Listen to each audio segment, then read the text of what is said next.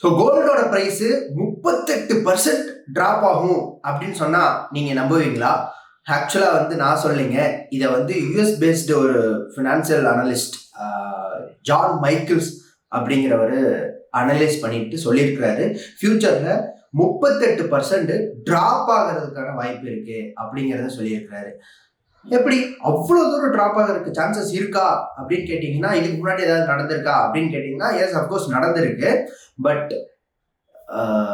இதுக்கெல்லாம் என்னென்ன ஃபேக்டர்ஸ் நடக்கணும் அப்படிங்கிறத லேட்டராக பெரிய வீடியோவில் நான் போடுறேன்.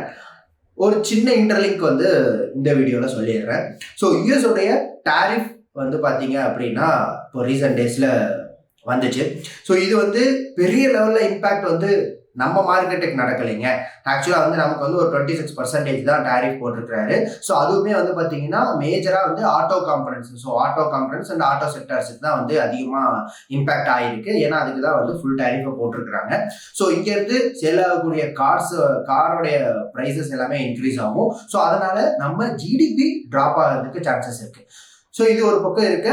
தென் நம்ம அதிகமாக எக்ஸ்போர்ட் பண்ணுறது பார்த்தீங்கன்னா ஃபார்மா தான். பட் ஃபார்மா பேஸ்டு ட்ரக்ஸ் எதுக்குமே பார்த்தீங்கன்னா யூஎஸ்ல டாரிஃப் போட கிடையாது. அதுக்கு 0 தான் போட்டிருக்காங்க.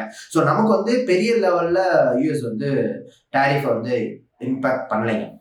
பட் யூஎஸ் எக்கனாமிக்கு யூஎஸோடைய மார்க்கெட் ஹியூஜா ட்ராப் ஆயிருக்கு.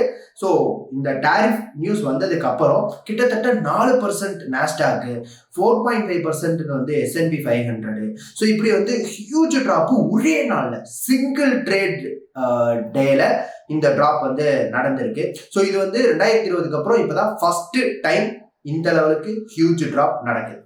ஸோ இதுக்கெல்லாம் என்ன ரீசன் அப்படின்னா, ஆல்ரெடி நம்ம சொல்லியிருந்த மாதிரி தான். ஸோ யூஎஸ் ரெசிஷன் மோடுக்கு கொஞ்சம் கொஞ்சமாக நகர்ந்துகிட்டு இருக்காங்க அப்படிங்கிறது தான் தெரியுது. ஸோ ஆக்சுவலாக இதை பேஸ் பண்ணி தான் நம்ம ஜான் மைக்கிள்ஸும் கோல்டோடைய ப்ரைஸ் இவ்வளோ தூரம் இறங்குறதுக்கான வாய்ப்பு இருக்கு, 38% வரைக்கும் ட்ராப் ஆகிறதுக்கான சான்சஸ் இருக்கு அப்படிங்கிற மாதிரி சொல்லியிருக்கிறாரு. பட் இது மட்டுமா ரீசன் கேட்டீங்கன்னா, குளோபல் எக்கனாமிக்கலாவே பார்த்தீங்கன்னா ஒரு ரெசிஷன் ஃபியருக்கு வருவாங்க அப்படிங்கிற மாதிரி தான் இவருடைய ப்ரெடிக்ஷன்ஸ் இருக்கு. ஸோ இது எந்த லெவலுக்கு இருக்க போகுது, இன்னும் அடுத்த ஒரு 2-3 வருஷத்துக்கு அப்புறம் தான் இது நடக்கும் அப்படிங்கிற மாதிரி சொல்லியிருக்கிறாங்க. ஸோ இது எந்த லெவலுக்கு இம்பாக்ட் ஆகும் அப்படிங்கிறத நம்ம பொறுத்து தான் பார்க்கணும். ஆகுமா ஆகாதாங்கிறத நீங்க என்ன ப்ரெடிக்ட் பண்றீங்கிறத கமெண்ட்ல போடுங்க.